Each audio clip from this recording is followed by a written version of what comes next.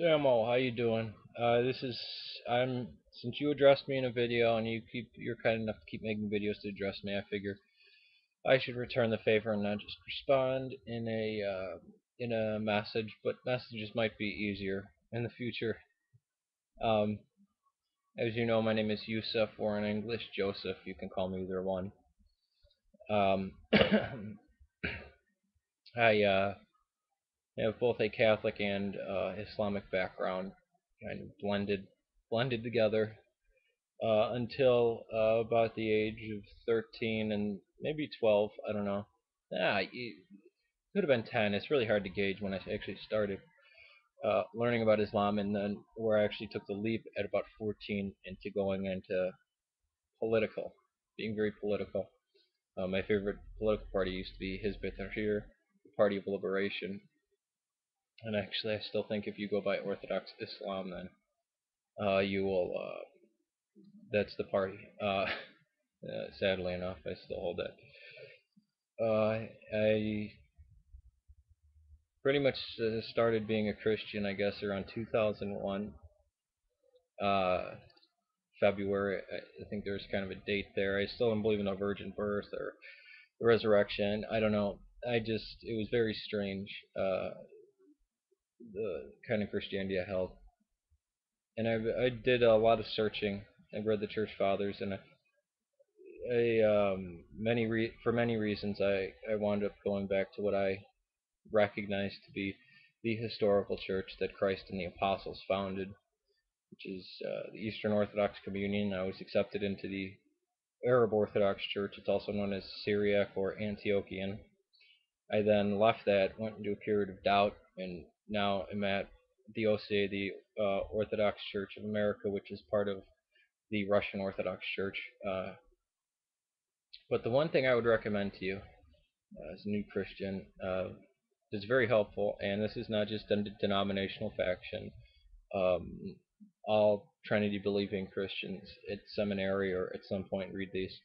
It's called the Church Fathers. If you ever wondered, okay, we have the writings of the apostles. What about the people who they taught? Do we have anything from them? And the answer is emphatically yes. Uh, Ignatius of Antioch I mean, it's even said that he was the baby that Christ held in his hands when he talked to the disciples about the children. Uh, and he was a disciple of John. He studied under John. Also, Polycarp studied under John. Uh, but there's also Clement, who is actually mentioned in, I believe it's Philippians. He's actually mentioned in there, our brother Clement, in the letter to Rome, or from Rome. I'm not sure. It was Philippians, I believe. Somebody correct me if I get this wrong. Um, but his name is actually in the New Testament, and he was said to actually have the ringing of the voices of Peter and Paul still in his ears because he both intimately knew them. Uh, Suffered many persecutions with them, and a lot of these people were killed. I mean, Ignatius was most famous icon of him is being torn apart by lions because he was imprisoned, and the Christians actually paid his ransom to the Roman government. He said, "No, don't pay that." He says, "I'd rather go to my death." He says, "Don't give them any money. Give that money to the poor. No, don't spend money on me." Which is a great message. And if there's, you'd be surprised at there's not a very lot of theology. It almost sounds like Paul, a lot of their stuff, and it really shows that when people argue about the Bible and how did this get, and all these questions, you have the church fathers, and then not only the church fathers, but you have total apostolic succession, preaching the same thing, never deviating, holding to all the truth. So when people try to cast doubt in the Bible, well, even if we didn't have the New Testament, we have this great expression of faith through all the martyrs and through the early church, and it can do nothing but strengthen faith. And when you read these things, this is how Jehovah's Witnesses and Mormons the academics wind up turning to Christianity, because their arguments just fall apart. There was no, the church fell and then there's a restoration. No, the gates of hell never conquered. There was never this thing of apostasy. Of course, some will always fall away, but that doesn't mean there's complete falling away. I would just urge you to read the Church Fathers. and it's a different perspective. Obviously, you don't have to hold to them as scripture, and you can have it's more workable. But some parts of the New Testament where it's kind of like, well, what do you mean by that?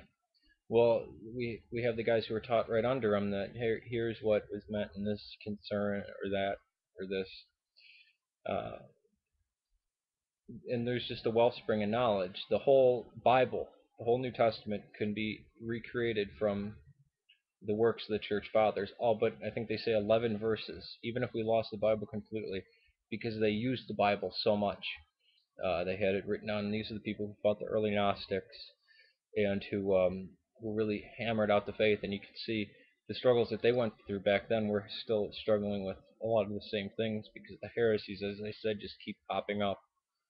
And there's a lot of lies about Nicaea. Um, that's something to get into. But if uh, reading the church fathers is a great wellspring.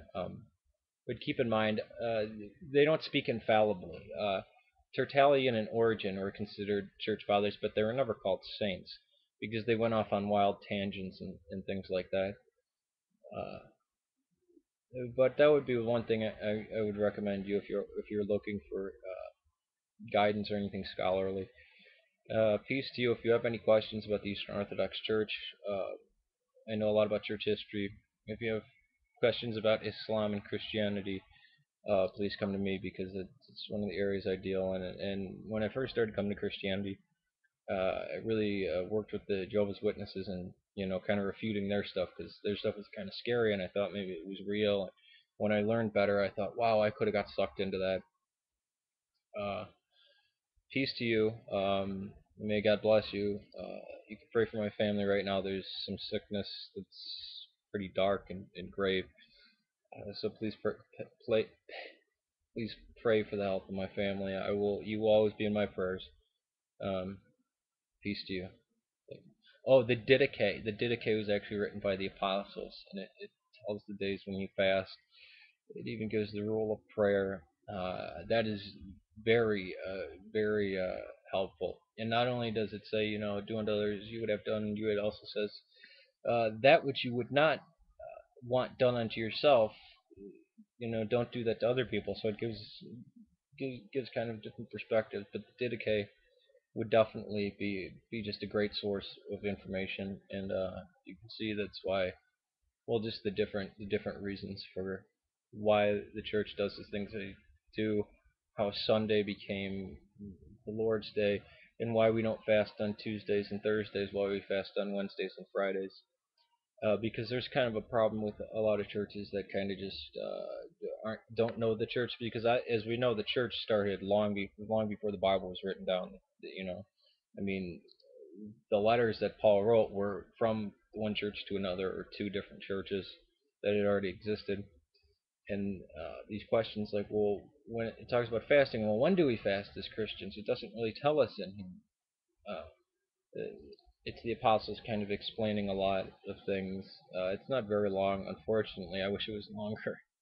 Um, but the Didache. Peace to you. Thank you very much uh, for your kind words. Peace.